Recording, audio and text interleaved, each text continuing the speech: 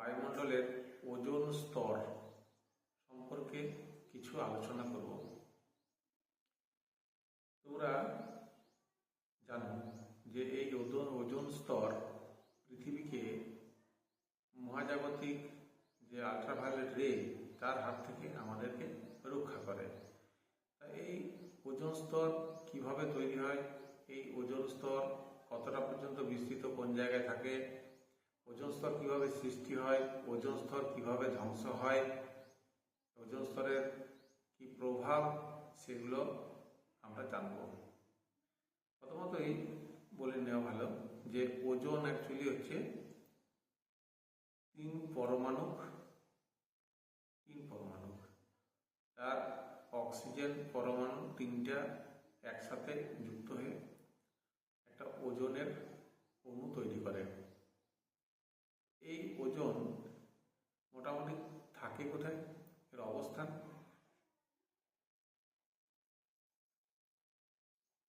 হচ্ছে এই স্ট্র্যাটোস্ফিয়ারে।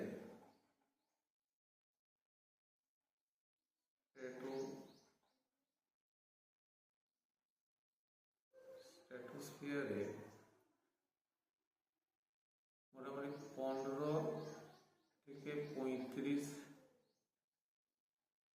বা 20 থেকে 40 কিমি উচ্চতার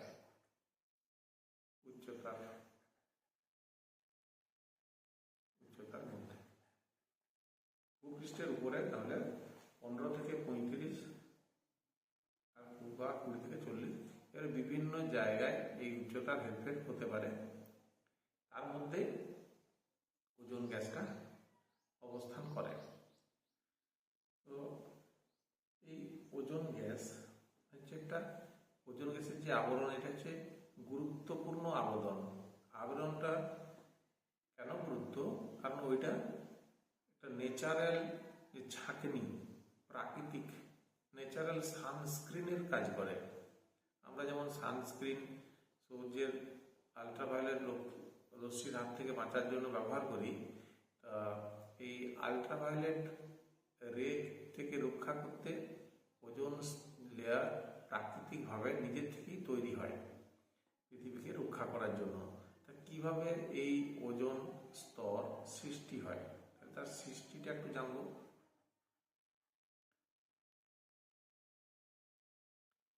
আমরা এখানে যে ছবিটা দেখতে পাচ্ছি, এখানে যে স্ট্র্যাটোস্ফিয়ারিক যে ওজোনের লেয়ারটা দেখতে পাবে, এই স্ট্র্যাটোস্ফিয়ারে এই ওজোন লেয়ারটা আছে। আর কিছু সারফেসেও থাকে যেগুলো গ্রিন হাউস গ্যাসের কাজ করে তখন ওজোন গ্যাসটা।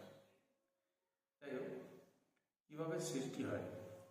বাতাসে যে অক্সিজেন রয়েছে, এই অক্সিজেনের সঙ্গে আলট্রাভায়োলেট রে, অতিবেগুনি রশ্মি বা ইউভি রে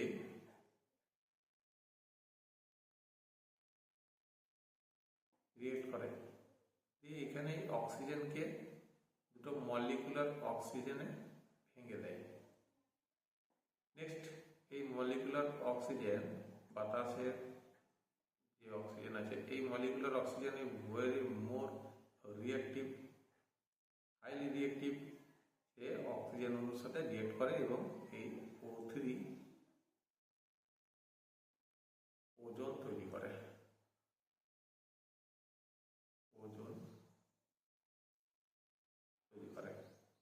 আবার এই ওজোন গ্যাস এই অক্সিজেন আলট্রাভায়োলেট রশ্মি শোষণ করে, ইউভি রশ্মির প্রভাবে পুনরায় অক্সিজেন পরমাণু এবং অক্সিজেন অণুতে ভেঙে যায়। তাহলে এইভাবে প্রাকৃতিকভাবেই ওজোন গ্যাসের সৃষ্টি এবং বিনাশ প্রতিনিয়ত ঘটে চলেছে, এবং সেটা একটা ভারসাম্য বজায় রেখে, এতে কিন্তু আমাদের পৃথিবীর কোনো ক্ষয়ক্ষতি এমনিতে হয় না।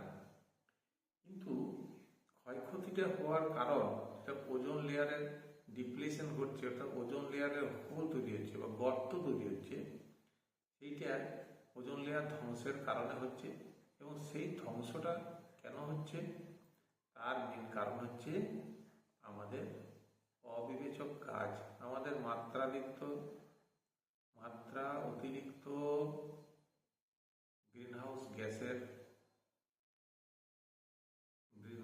ব্যবহার, যেমন হচ্ছে কি, যেমন সিএফসি ব্যবহার করি আমরা রেফ্রিজারেশনের জন্য, সিএফসি। তারপরে বিভিন্ন কলকারখানা থেকে উৎপন্ন এই যে nitrous oxide gas, N2O, NO, এই সমস্ত গ্যাসগুলো বা বিভিন্ন হ্যালোনস, এদের প্রভাবে, হ্যালোনস অনেকগুলো হয়, হ্যালোনস, এই হ্যালোনসের প্রভাবে ওজোন লেয়ারটা ধ্বংস হয়। এই ওজোন পরমাণুগুলো, ওজনের যে অণুগুলো, সেগুলো ভেঙে যায়। তা এই যে সিএফসি, যে ক্লোরোফ্লোরো কার্বন, এটা ভাইটাল এর ভূমিকা রয়েছে। তা এই ক্লোরোফ্লোরো কার্বন কিভাবে ওজোন লেয়ারের ডিপ্লিশনের কাজ করে, ধ্বংসের কাজ করে, সেইটা নিয়ে আমরা একটু ডিসকাস করি। সিএফসি, ক্লোরোফ্লোরো কার্বন, তাহলে কার্বন আছে CFCl3, এটা হচ্ছে একটা ক্লোরোফ্লোরো কার্বন। কার্বন হচ্ছে চতুর্যোজী টেট্রাভ্যালেন্ট একটা মৌল। ফ্লোরিন একটা আছে, 3টা Cl3 আছে। এবার এই ক্লোরোফ্লোরো কার্বন আমরা এটা পাই কোথা থেকে? রেফ্রিজারেটর থেকে। এইটা যখন আলট্রাভায়োলেট রের সংস্পর্শে আসে, এখানে আলট্রাভায়োলেট রে পড়ে, তখন এখান থেকে র্যাডিক্যাল তৈরি হয়। কি র্যাডিক্যাল তৈরি হয়? CFCl2 প্লাস Cl2, এই যে Cl মূলক বা র্যাডিক্যাল, এই Cl radical it is very more reactive. এই Cl র্যাডিক্যাল কি করে? ওজনের সাথে রিয়েক্ট করে, ওজোন মলিকিউলের সাথে রিয়েক্ট করে OCl তৈরি করে, OCl প্লাস O2।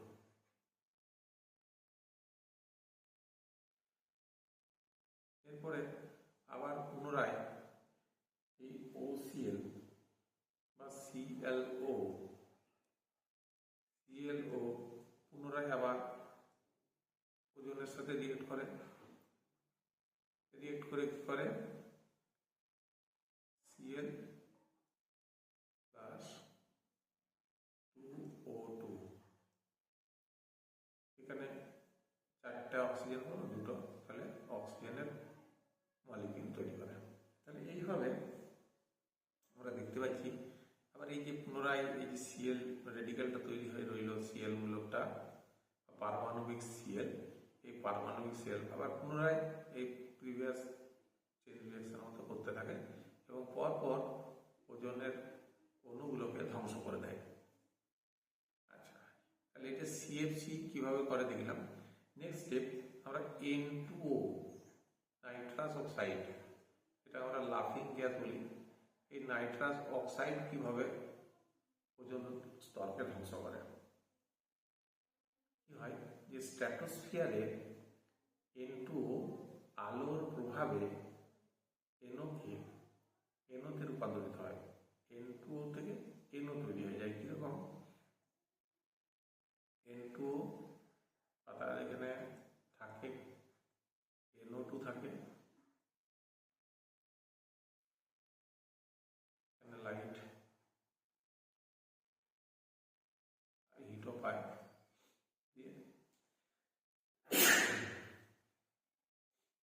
দিয়ে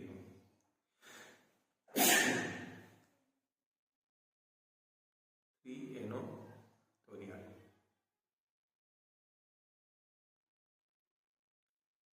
NO তৈরি হলো। এবারে এই NO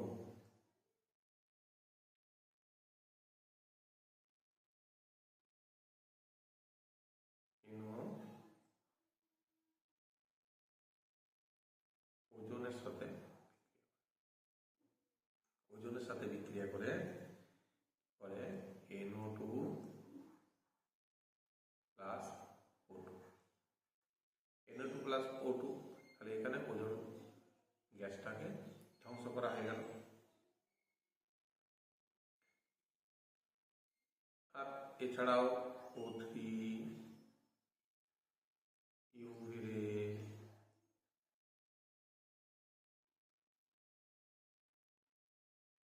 ও আর O2 তে ভেঙে যায়। তারপরে আবার যদি যে NO2 যেটা হয়েছে NO2 plus O NO plus O2, আবার তাহলে NO পুনরায় O3 কে ভেঙে ভাঙতে থাকবে। তাহলে চেন রিয়াকশনটা এইভাবে চলতে থাকে। তাহলে প্রথমত NO2 আর N2O রিয়াক্ট করে থ্রাইস NO তৈরি করছে। এবারে এই NO O3 এর সঙ্গে রিয়াক্ট করছে NO2 প্লাস O2, আবার O3 আলট্রাভায়োলেট রের সঙ্গে বিক্রিয়া করে পারমাণবিক অক্সিজেন এবং আণবিক অক্সিজেনে ভাঙছে। এই পারমাণবিক অক্সিজেন NO2 এর সঙ্গে বিক্রিয়া করে NO এবং O2 তে রূপান্তরিত হচ্ছে। তাহলে এইভাবে ওজোন গ্যাস ধ্বংসপ্রাপ্ত হচ্ছে। নেক্সট হচ্ছে, তাহলে ওজোন গ্যাস যে ধ্বংসপ্রাপ্ত হচ্ছে তার কি কি ক্ষতিকারক দিক, কি কি ক্ষতি হচ্ছে এটার জন্য। কি কি ক্ষতি হচ্ছে না, পৃথিবীর গড় উষ্ণতা, পৃথিবীর গড় উষ্ণতা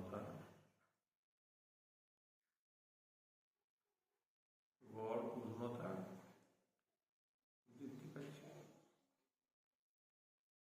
এক নম্বর। 2 নম্বর হচ্ছে চামড়া ক্যান্সার।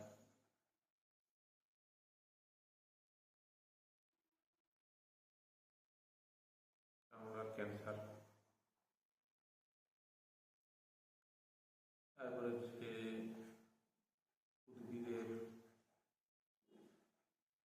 উদ্ভিদের ক্ষতি।